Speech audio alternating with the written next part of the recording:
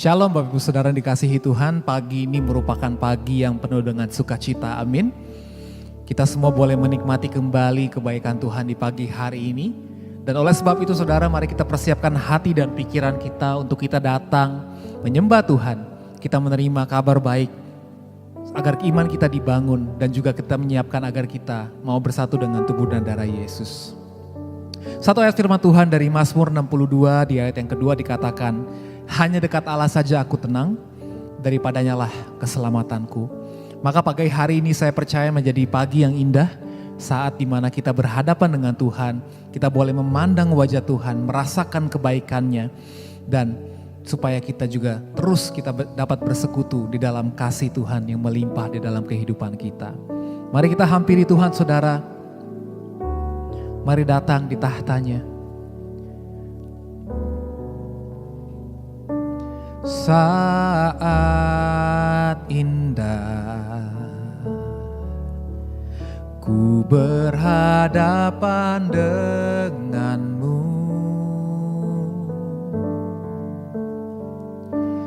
memandang wajahmu, Yesus kekasih jiwaku.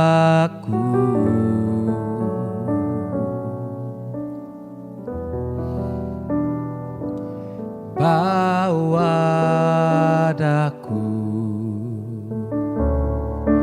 erat dalam pelukanmu,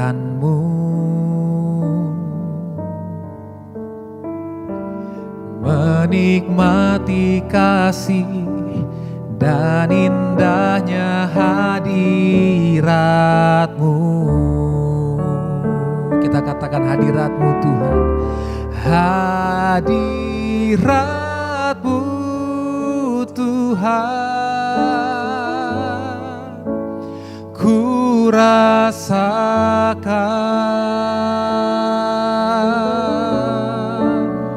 kekudusanmu Bapa, penuhiku.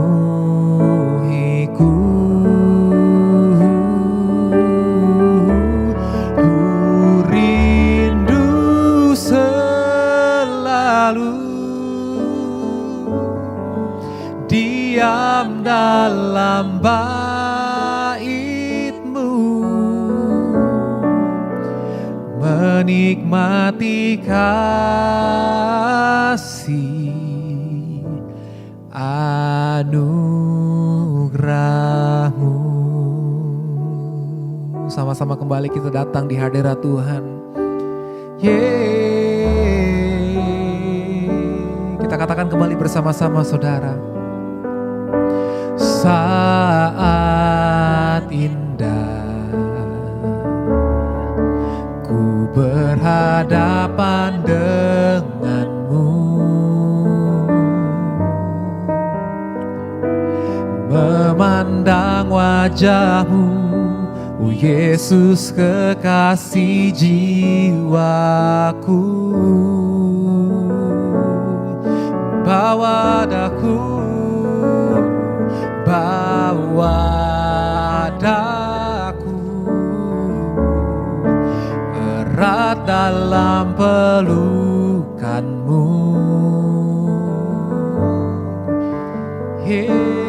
menikmati kasih dan indahnya hadiratmu.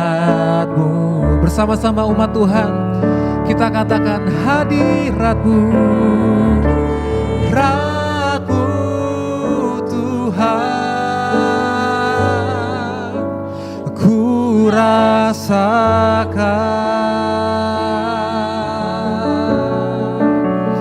kekudusan-Mu Bapa, penuhiku.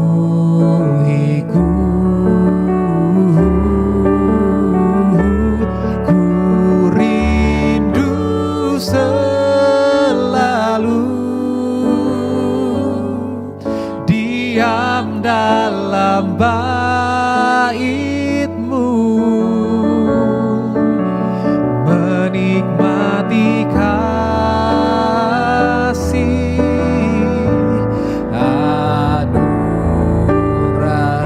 katakan bersama-sama, oh hadirat-Mu, Rabu Tuhan, ku rasakan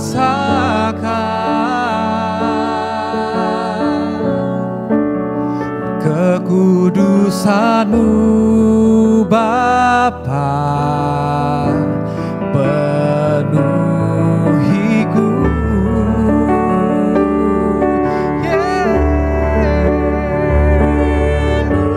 selalu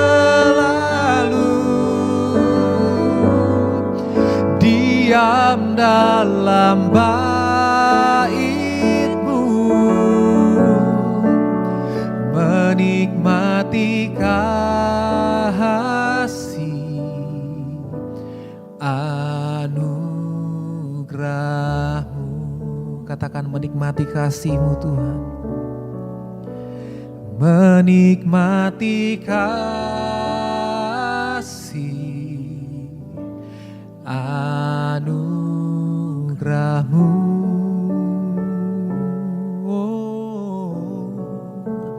Menikmati kasih anugerah-Mu.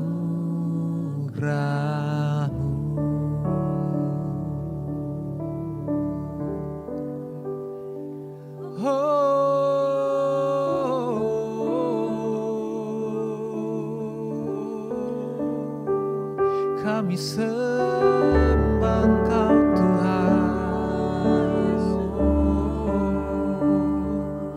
kami tinggikan, kami muliakan,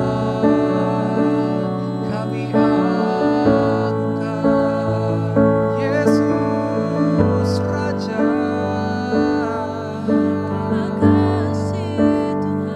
Engkau yang setia,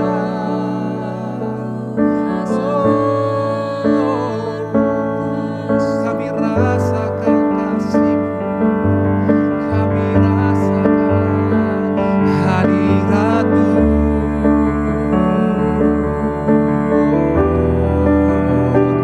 hadirat-Mu Tuhan Yesus.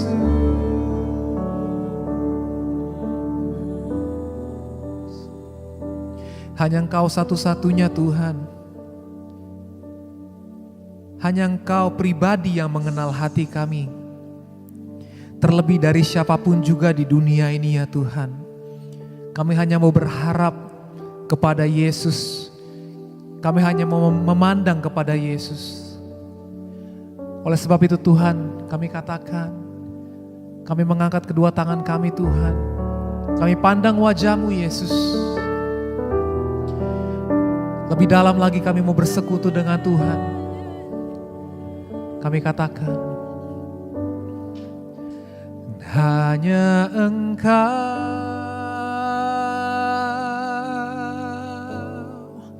pribadi yang mengenal hatiku. Tiada yang tersembunyi bagimu. Seluruh isi hatiku Kau tahu, dan bawaku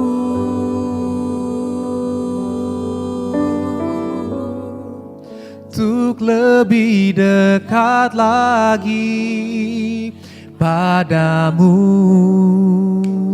tinggal dalam indahnya dekapan kasih-Mu. Kita katakan bersama-sama, hanya Engkau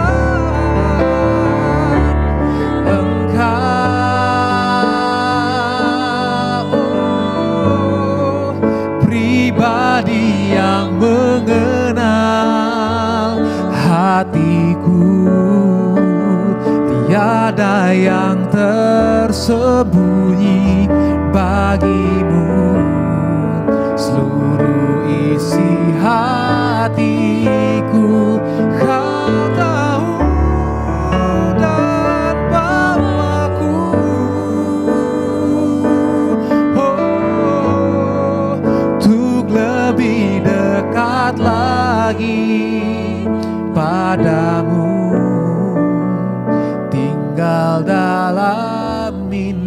indahnya dekapan kasih-Mu. Oh, tinggal dalam indahnya dekapan kasih-Mu.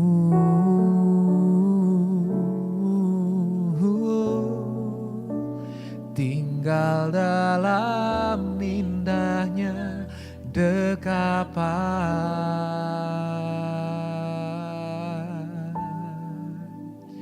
kasih-Mu.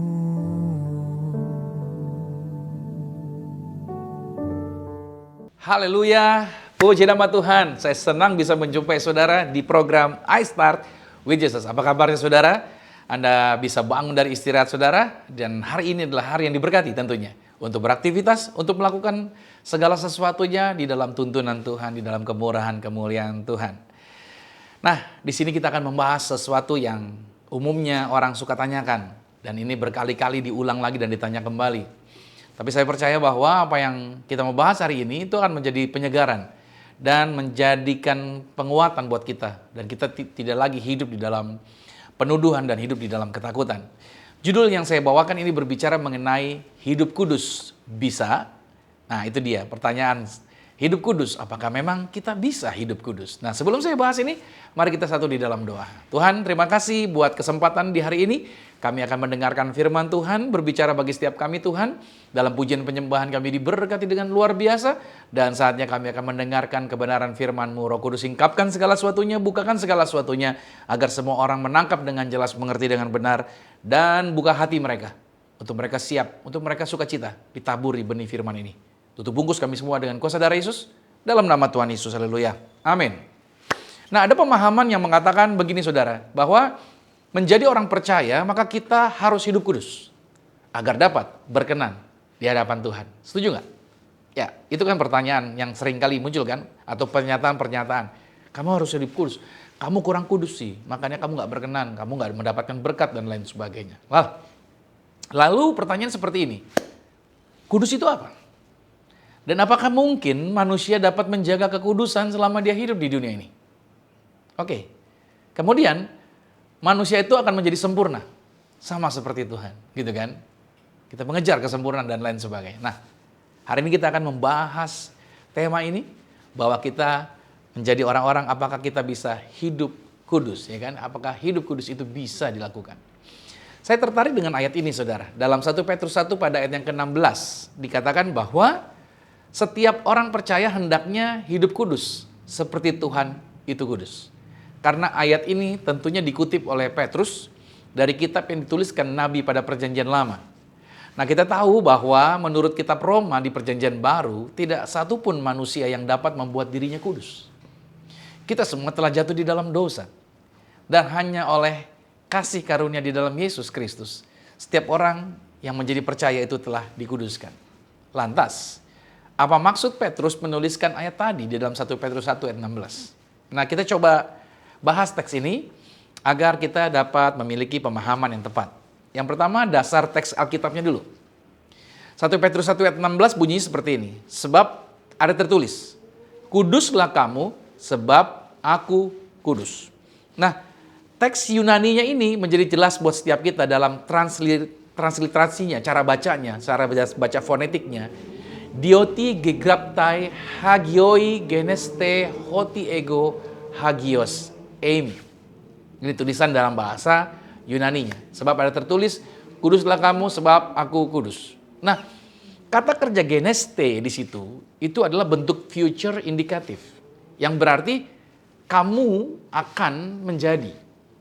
Nah, jadi artinya itu bukan hanya usahakanlah atau dalam bentuk kemauan kita pribadi, bukan hanya itu, tetapi ini merupakan kamu akan menjadi kudus itu dalam pekerjaan Tuhan di dalam diri orang percaya. Nah, ini merupakan bentuk imperatif yang bernuansa panggilan, identitas. Garis bawahi di sini. Identitas kita adalah orang yang dikuduskan. Nah, Tuhan menekankan tentang identitas baru setiap kita, yaitu identitas ini yang melekat pada setiap umat Tuhan. Karena kita punya Allah yang kudus, maka umatnya, Anda dan saya, pasti kita menjadi kudus. Ini dulu pegang identitasnya. Oke. Yang kedua, saudara, konteksnya di dalam perjanjian lama. Di perjanjian lama, Nabi Musa menjelaskan bahwa panggilan untuk kudus itu adalah konsekuensi dari status umat Allah. Ingat ya, konsekuensi dari status umat Allah. Kita yang percaya Yesus, kita berarti disebut apa? Umat Allah, bagus. Berarti ada konsekuensinya. Konsekuensinya adalah apa? Bergerak di dalam kekudusan. Karena Israel itu dipanggil kudus karena mereka adalah miliknya Tuhan.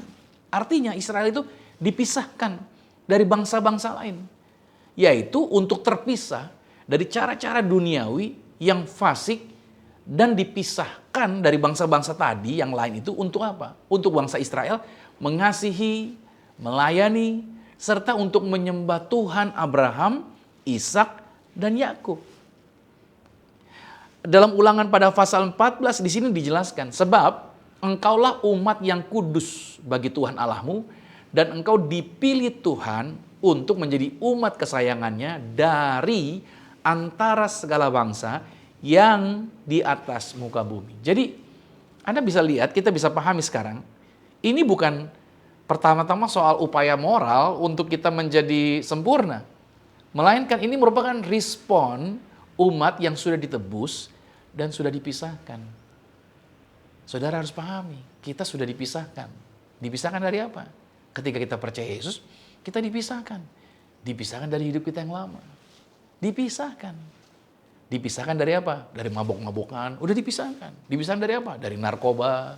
Dipisahkan dari apa? Dari amoral. Dipisahkan dari apa? Dari curi, dari korupsi. Dipisahkan dari apa? Dari hal-hal yang gak beres tadi. Kita dipisahkan dari itu. Untuk apa?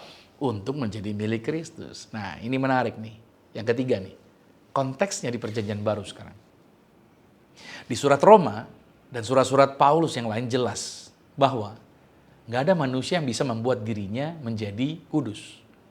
Roma 3 ayat 10 mengatakan, seperti ada tertulis, tidak ada yang benar seorang pun tidak. Lalu ayat 23-nya, karena semua orang telah berbuat dosa dan telah kehilangan kemuliaan Allah. Kalau Anda pahami baik-baik di sini, berarti kekudusan itu bukanlah karya manusia, tapi kekudusan itu adalah hasil karya Kristus buat kita. 1 Korintus 1 ayat 30 mengatakan, tetapi oleh Dia kamu berada dalam Kristus Yesus, yang oleh Tuhan telah menjadi hikmat bagi kita. Ia membenarkan, Ia menguduskan, dan Ia menebus kita. Nah, dengan demikian Anda bisa lihat dari teks ini, Kristus adalah apa? Pengudusan kita. Nah, ini menunjukkan begini saudara. Kekudusan adalah sasaran dan maksud pemilihan Tuhan atas kita di dalam Kristus. Itu tujuannya, itu sasarannya, itu dia. Makanya Efesus 1 pada ayat yang keempat, sebab di dalam Dia Allah telah memilih kita sebelum dunia dijadikan supaya apa? Supaya kita kudus dan tak bercacat di hadapannya. Kudus itu bukan gak boleh megang ini, gak boleh megang itu, harus megangnya ini, harus kerja ini, dan lain sebagainya. Di sini penjelasan akan lebih matang lagi. Dengar baik. Agar kita paham tentang kenapa sih kita dipanggil untuk dikuduskan. Nah, orang percaya itu dipanggil, yaitu untuk apa? Untuk menguduskan kehidupan. Artinya begini, kita ini punya kehendak bebas, saudara. Artinya mulai sekarang kita sadar, kita yang sudah ditebus, kita mau memilih. Memilih apa? Untuk hidup selaras dengan identitas baru kita. Makanya kalau kita membaca dalam 1 Petrus pasal 1, ayat sebelum dan ayat sesudahnya, di situ kita bisa melihat pada ayat 15-nya, hendaklah kamu menjadi kudus dalam seluruh hidupmu. Lalu kalau saudara baca lagi pada ayat 17 sampai dengan ayat 19-nya, di situ menyatakan ada alasan yang sangat kuat untuk kita menjalani gaya hidup kudus. Kenapa? Karena kita telah ditebus dengan harga yang mahal oleh darah Yesus. Jadi saudara, panggilan kudus Petrus itu adalah konsekuensi dari karya penebusan. Ingat baik, ini bukan syarat untuk mendapatkan yaitu penebusan. Bukan. Kita ditebus, setelah kita ditebus, konsekuensinya adalah apa? Kita jadi terdorong untuk apa? Melakukan kehidupan yang kudus. Artinya kita mulai terpisah. Kita mulai menjauhi hal-hal yang dulu buat kita biasa, hal-hal yang dulu buat kita aman, hal-hal yang dulu membuat kita nyaman, yang kita salah tadi itu, dulu kita nyaman, sekarang udah nggak bisa lagi. Gaya hidup kita udah nggak di situ lagi. Harusnya anak-anak Tuhan itu memiliki kesadaran akan hal ini. Gitu loh. Nah, di sini yang keempat nih, dimensi teologisnya. Tentang kekudusan ini. Dalam teologi, ini berkaitan dengan dua aspek pengudusan. Tentang pengudusan ini ada dua aspek, saudara. Lihat baik-baik di sini. Yang pertama adalah positional. Artinya begini, pengudusan itu dilakukan satu kali. Efeknya adalah untuk satu kali, untuk selama-lamanya. Ada kudus. Berarti saat percaya, kita ini, pada saat kita percaya pada Yesus, kita ini sudah dikuduskan di hadapan Tuhan melalui Kristus. Satu kali, selama-lamanya. Anda bisa lihat di dalam Ibrani 10 pada ayat yang ke-10, dan karena kehendaknya inilah kita telah dikuduskan. Lihat baik-baik di situ. Berapa kali? Satu kali. Untuk berapa lama? Untuk selama-lamanya. Oleh persembahan tubuh Yesus Kristus. Artinya gini saudara, status Anda yang percaya pada Yesus adalah apa? Kudus. Sekali, untuk selama-lamanya. Di hadapan Tuhan, kita sudah dikuduskan. Sehingga iblis atau ada orang siapapun nggak bisa lagi mengklaim atau menghakimi dengan masa lalu kita. Nggak bisa. Apapun yang orang berkata, dulunya kamu begini kan, kamu kan masa lalunya begini. Bodoh amat. Di hadapan Tuhan saya sudah dikuduskan. Itu saya yang dulu.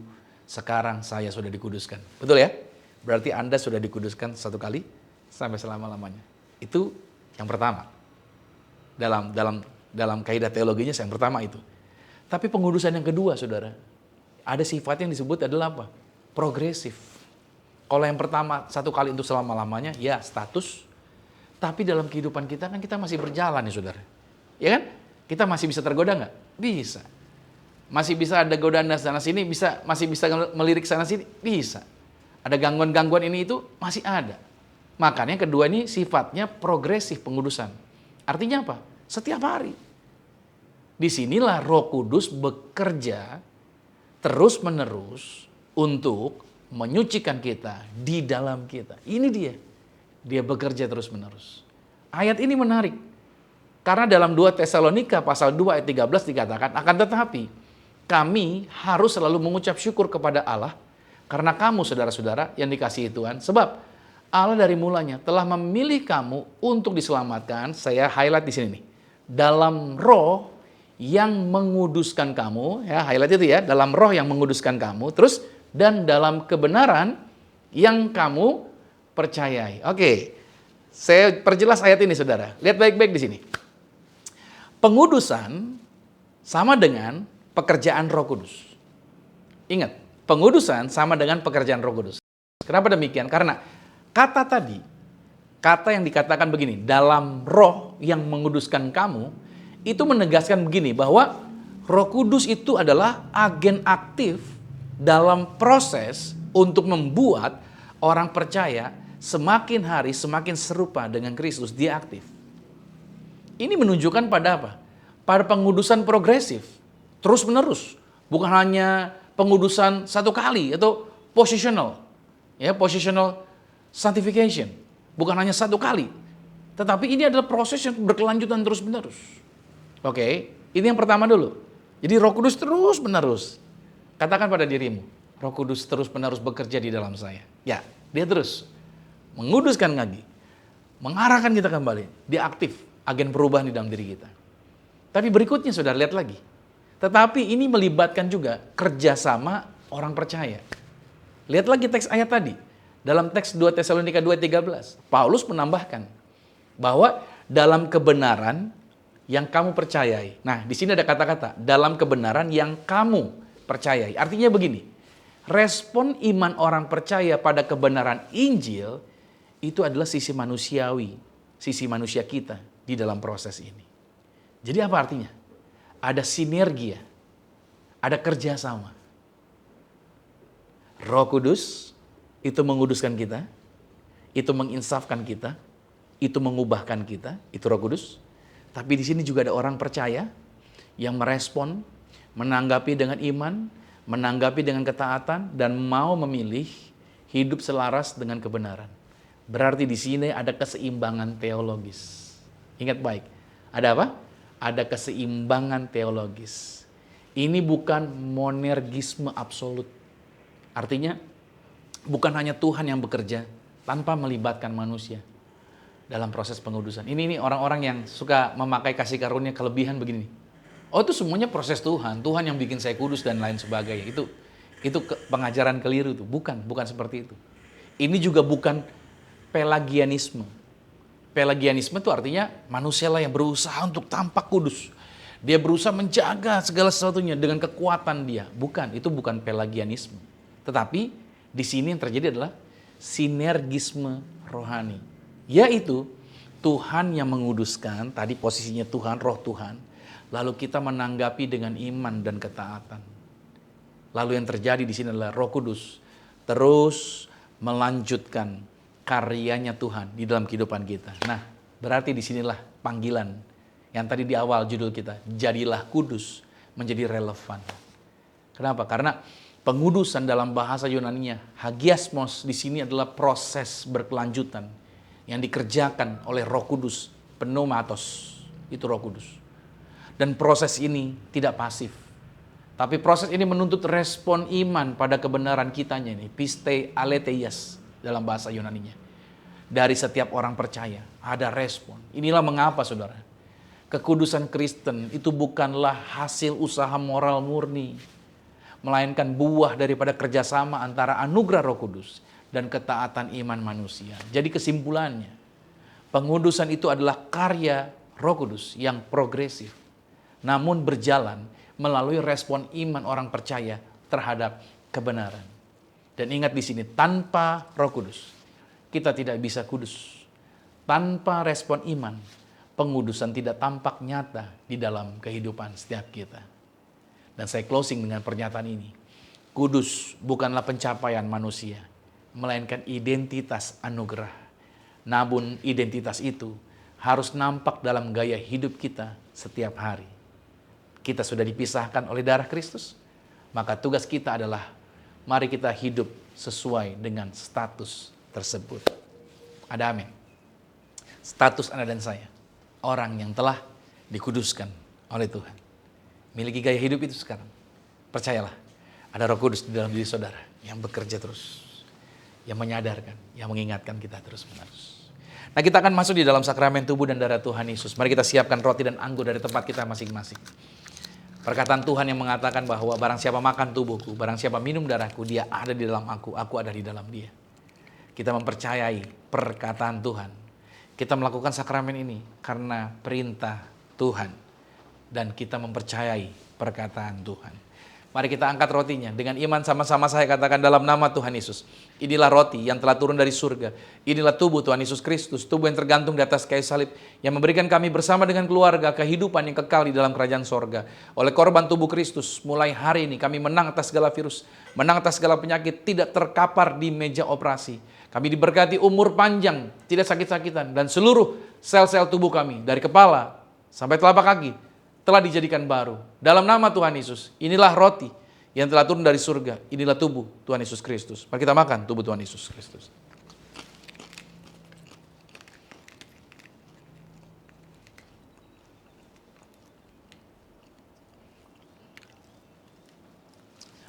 Mari kita angkat anggur ini. Bersama-sama dengan saya kita katakan, dalam nama Tuhan Yesus, inilah darah Yesus Kristus. Darah yang tercurah. Darah yang tertumpah di atas kayu salib sebagai perjanjian yang baru dan yang kekal oleh korban darah Kristus. Mulai hari ini bersama dengan keluarga, kami termeterai menjadi warga sorga. Dijamin punya rumah di bumi, punya rumah di sorga. Dimanapun berdiri berada melangkah selalu dijagai pasukan malaikat.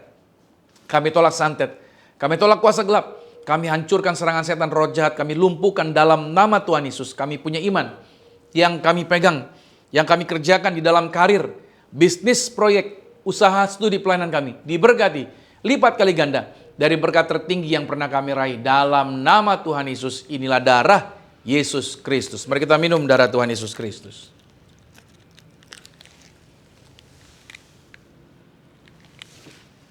Saudara boleh mengucap syukur buat tubuh dan darahnya. Percayalah bahwa janji Tuhan, barang siapa makan tubuhku, barang siapa minum darahku, dia ada di dalam aku ada di dalam dia. Berdoa, lepaskan perkataan kuasa, dan terjadilah seperti apa yang Anda imani.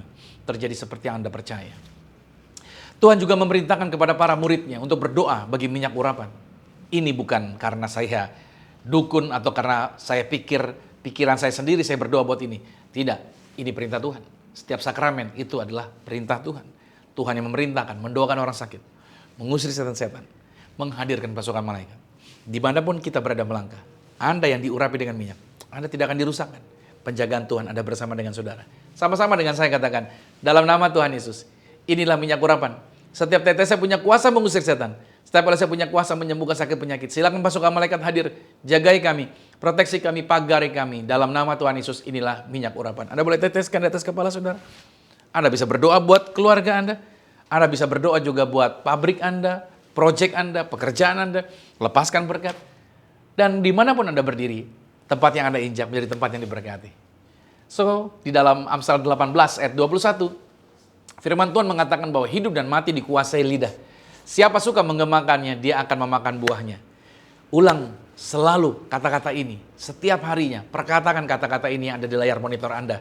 Dan ini yang akan terjadi bagi hidup Anda bersama keluarga. Sama-sama dengan saya katakan, saya diberkati, berkelimpahan, telah ditebus, telah diampuni, dibenarkan, diurapi, disempurnakan, diberi kuasa, hidup dalam kasih karunia, berharga, aman, sehat, penuh kemuliaan, fokus pada Yesus, disiplin, percaya diri, pandai cerdas. Saya diciptakan segambar dan serupa Yesus untuk menggenapi setiap panggilan dan tujuannya atas hidup saya di dalam nama Yesus. Amin, amin, puji nama Tuhan. Doa orang benar bila dengan yakin didoakan sangat besar kuasanya. Kita sudah sampai di penghujung acara ini. Kalau saudara diberkati, saudara boleh share, bagikan kepada keluarga, family, teman saudara. Atau kalau saudara belum punya gereja tetap, saudara masih belum ada tempat di mana Anda dijemaatkan, digembalakan. Kami Gereja Zion Church of Christ membuka pintu untuk saudara bisa hadir bersama kami setiap hari minggunya. Kami ada ibadah di jam 8 pagi, di jam 10 pagi yang bertempat di Hotel Santika, Kelapa Gading. Mari join bersama-sama dengan kami untuk Anda didewasakan, untuk Anda mengenal kebenaran lebih lagi, dan untuk bisa melayani Tuhan bersama-sama dengan kami.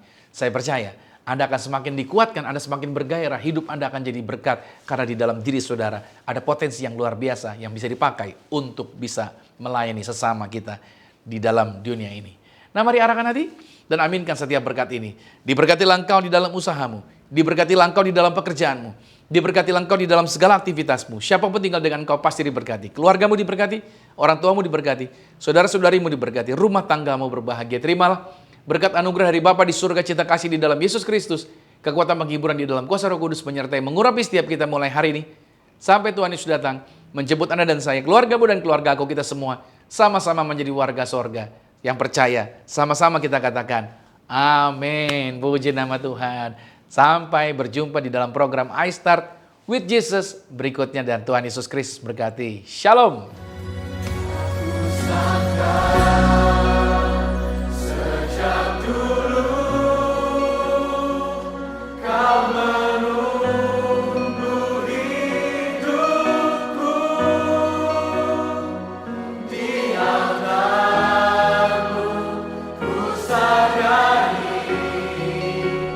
Selamat